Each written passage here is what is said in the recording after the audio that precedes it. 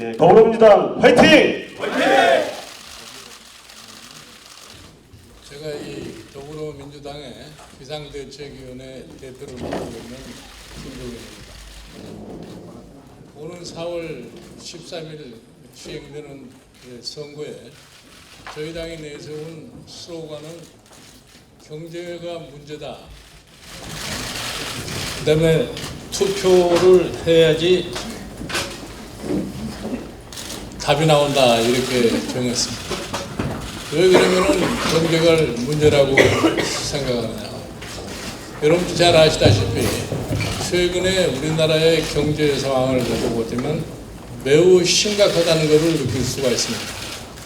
경제의 각종 지표가 아주 내리막길을 갖다가 보여주고 있습니다. 예를 들어서 투자도 저조하고 소비도 저조하고 수출도 저조하고 가동률도 떨어지고 그러니까 성장이 제대로 궤도를 갖다가 잡지를 못하고 있습니다. 그러니 고용 문제가 매우 심각합니다. 그 중에서도 청년 고용은 12.5%라고는 높은 늘을 보이고 있습니다. 그런데 이거를 어떻게 해결할 것이냐? 해법이 잘 보이지 않습니다. 최근에 얘기하는 걸 보고 같으면 양적 완화다. 금리를 제로에 가져가야 된다. 또 나아가서 금리를 부의 금리로 가져가야 된다. 이 자체가 한국 경제가 현 주소가 어떻다는 것을 갖다가 분명하게 드러내고 있습니다. 이런 과정에서 불균형은 심화되고 이 양극화는 끝을 모르고 벌어지고 있습니다. 이렇게 되면은 경제가 어떻게 되겠습니까? 최근에 IMF나 OECD 같은 데서 발표한 걸 보면 극단적인 양극화, 극단적인 소득의 불균형이라는 것은 경제 성장의 가장 큰 장애 요인이라고 얘기를 하고 있습니다. 그러니까 모든 나라들에서 어떻게 할 것 같으면 현재의 경제 상황을 갖다가 정상적인 상황으로 바꿀 수 있느냐 이거를 생각하면서 주로 사용하는 것이 양적 완화, 금리 인하 이렇습니다. 그러나 지금 2008년 금융위기 이후에 거의 미국을 유시해서 불아파, 일본 전부가 다 양적 완화와 저금리 정책을 이행함에도 불구하고 경제가 살아나려고 그러지는 않습니다. 특히 이웃 일본은 지금 20여 년이 지난 현재까지도 경제가 제자리를 회복하지 못하고 있습니다. 이와 같은 소위 일본 사람들이 얘기하는 잃어버린 20년이라는 것은 왜 나타나게 되느냐. 결국은 정부, 관료, 기업의 대기업에 종사하는 임원들, 자민당 정치인들 이 사람들이 다 경직된 상황에 처해 있는 겁니다. 과거에 집착해서 새로운 변화를 모르고 자기네들이 처한 새로운 경제 상황을 척결할 수 있는 그런 능력을 보이지 못하기 때문에 계속해서 20여 년 이상 장기 침체를 겪고 있습니다. 저는 다행인지 불행인지 모르겠습니다만 우리나라가 지난 1962년 경제개발 5개년 계획을 해서 경제적인 성공을 갖다가 이루는 과정에서 우리가 소위 말해서 벤치마킹 했다는 것이 일본의 경제 발전사입니다. 일본의 50년대, 60년대, 70년대의 경제를 본받아서 우리도 역시 60년, 70년, 80년대까지 경제를 이끌어 왔습니다. 그래서 그런 경제를 이끌어오는 과정 속에서 경제가 성장할 것 같으면 변화하는 게 너무나 많습니다.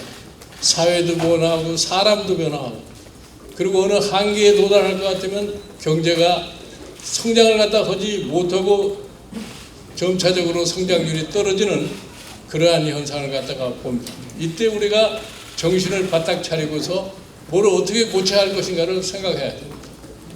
제가 1990년대에 이렇게 얘기를 했습니다. 우리가 압축 성장을 하는 동안에 경제적인 성과는 거두었으나 그 압축 성장의 결과가 정치, 사회, 경제적으로, 구조적으로 엄청난 모순을 갖다가 동반했기 때문에 이 문제를 우리가 고치지 않을 것 같으면 우리나라 경제의 미래가 별로 잘 보이지 않는다 이렇게 얘기했습니다. 그런데도 우리나라의 경제정책을 이끌어오는 경제관료나 또 우리나라의 대재벌들의 소위 탐욕이 우리 경제정책의 전환을 허용하지를 않았습니다. 이게 제 1990년대 제 스스로가 느껴본 겁니다. 제가 1987년 지금의 헌법을 개정할 적에 경제민주화라는 조항을 갖다가 맹글어 넣은 장본인인데 그걸 바탕으로 해서 정치적인 민주화가 이루어졌기 때문에 우리 경제 구조를 변화를 시킬 수 있는 뒷받침을 만들어 가지고 해보려니까 안 돼요. 안 되는 이유가 뭐냐? 자, 대기업의 저항이 너무 세고 대기업의 영향력을 엄청나게 받고 있는 관료들이 움직이려고 그러지 않고 또 정치권도 역시 이 대기업의 영향력에 빠져 있기 때문에 그게 불가능하다는 걸 제가 스스로 확인했습니다. 그래도 정당이나 정치인들이 표를 먹고 사는 사람들이기 때문에 일반 국민의 표를 많이 가지고 있는 사람들이 중간소득층 이하의 계층이기 때문에 선거를 자주 하면 자주 할수록 변화가 있을 것이라고 이렇게 생각을 했습니다. 그러나 우리가 정치 민주화 근 30년 가까이를 하면서도 하등의 변화를 보이지 못하고 그 변화를 보이지 못하기 때문에 경제 정책이 과거나 지금이나 똑같습니다. 그러니까 경제가 나쁘다 그러면 뭘 하느냐? 대기업에 편의를 많이 제공해 주면은 대기업이 투자를 하고 투자를 하면 그 결과가 밑으로 흘러서 내려온다는 소위 말하는 낙수 효과를 강조를 했습니다.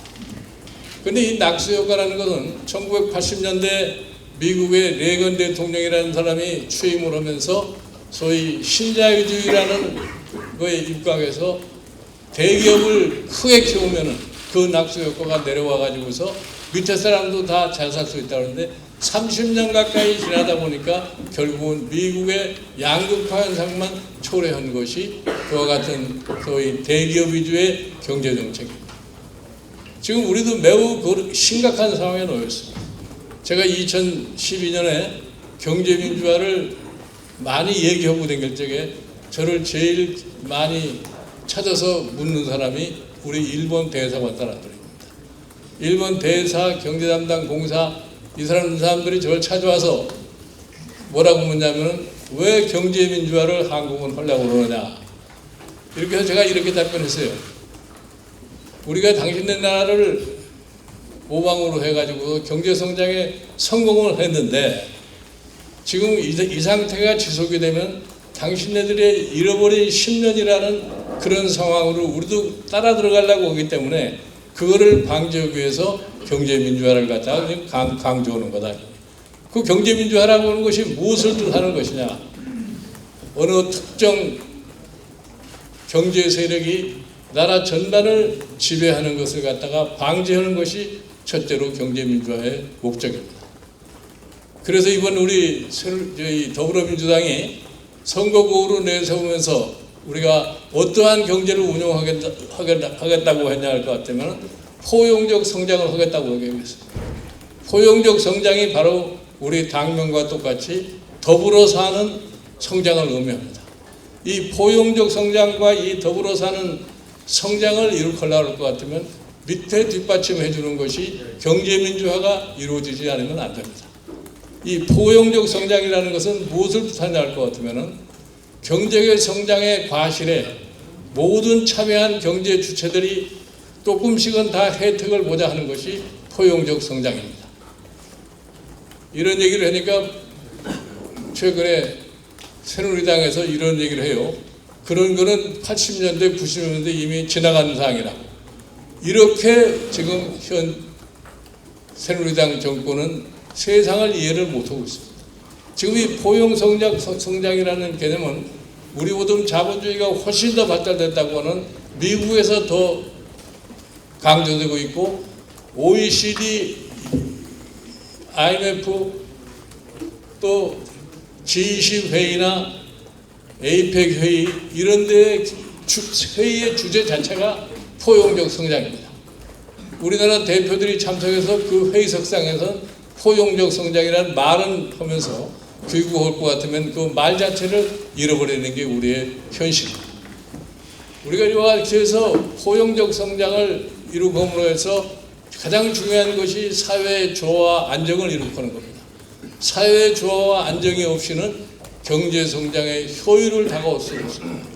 지금 우리의 이 경제 상황에서 볼 것 같으면 청년 실업이 너무 높다 보니까 청년들이 패기를 잃고 미래에 대한 희망을 다 잃어버렸어요. 그러니까 청년들이 어떻게 하면은 이 나라를 떠서 해외 나갈까 하는 이러한 현상마저 들고 있습니다. 이것이 바로 무슨 얘기냐? 그동안에 우리나라의 경제를 이끌어온 대한민국 국민의 역동성이 사라지고 있다는 것을 의미합니다. 이 역동성을 다시 일으켜야만이 우리가 미래를 바라볼 수 있는 경제를 이끌 수가 있습니다. 그래서 저는 이번 저희 유권자들에게 뭐를 묻느냐 할 것 같으면 우리가 희망을 갖는 경제를 다시 일으킬 것이냐, 그렇지 않으면 이 상태를 지속적으로 가서 나중에 잃어버린 10년, 잃어버린 20년 이런 소리를 할 것이냐, 이 둘 중에 하나를 결정하는 겁니다.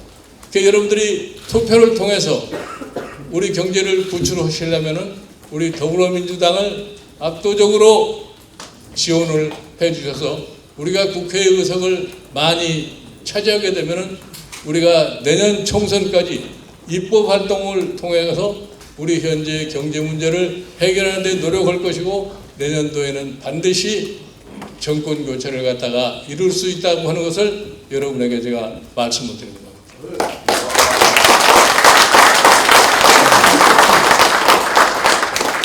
우리가 지금 그리고 바라는 게 뭡니까?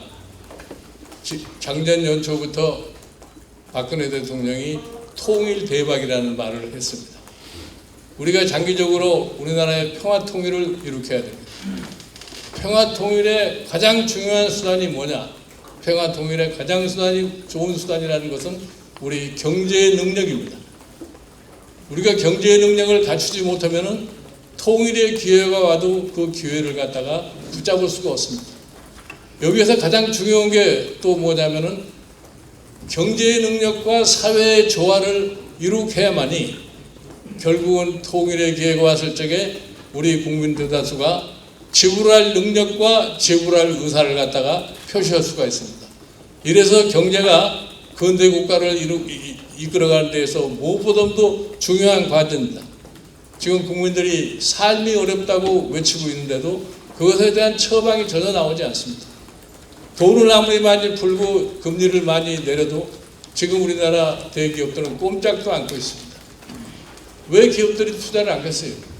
투자를 해봐야 수익이 나올 수 있는 가능성이 없다고 생각하니까 투자를 안 합니다. 즉 우리 사회가 노령화되고 출산율을 낮아가지고 결국 소비는 점점 줄어들 수밖에 없는 이러한 형편에서 우리의 경제의 활성화를 기다린다고 하는 것은 넌센스 같은 얘기입니다. 그러니까 아무리 물량을 늘려서 양적 완화를 한다 할지라도 투자하고는 아무 관계가 없습니다. 여러분들 우리 대기업들이 돈이 없어서 투자를 못하는 거 아닙니다. 지난 이명박 정부 때 기업 프렌들이 이렇게 해가지고 기업으로 하여금 투자를 촉진시킨다는 민명 아래 법인세 인하를 단행을 했습니다. 그 법인세 인하가 결과적으로 무엇을 가져왔느냐? 기업의 투자 의욕을 고취시키는 것이 아니라 기업의 유보 자금만 잔뜩 늘려놨습니다. 우리나라의 대기업들이 가지고 있는 유보 자금이 GDP의 34%입니다. 이러한 전례를 가지고 있는 나라가 일본입니다. 일본은 지금 GDP 대비 기업의 유보 소득이 44%나 됩니다. 정상적인 국가, 물론 기업이 일정한 규모의 유보소득을 가져야 됩니다. 미국이 얼마만큼 유보소득을 가진 줄 아십니까? 그 경제가 미국의 기업의 유보소득이랑 한 11% 정도밖에 안 됩니다. 그런데 우리가 빨리빨리 투자해서 성장해야 할 나라의 기업의 유보소득이 34%라고 하는 것은 이 나라 경제가 지금 꽉 막혔다는 얘기입니다. 그래서 우리가 더불어민주당이 이 문제를 고치려면 뭘 해야 되냐? 지금까지 우리나라 경제 운영의 사고방식을 근본적으로 바꿔서 우리 경제 전반에 대한 틀을 바꾸지 않으면 안 됩니다. 그래서 제가 더불어 성장, 포용적 성장 이거를 뒷받침하기 위한 경제민주화를 갖다가 강조를 하는 겁니다.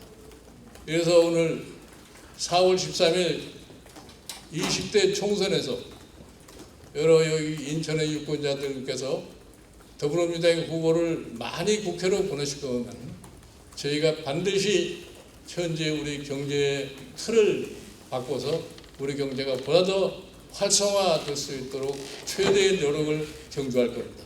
아무쪼록 많은 지원을 부탁드립니다. 감사합니다. 네, 고맙습니다. 김정인 대표님. 네, 더불어민주당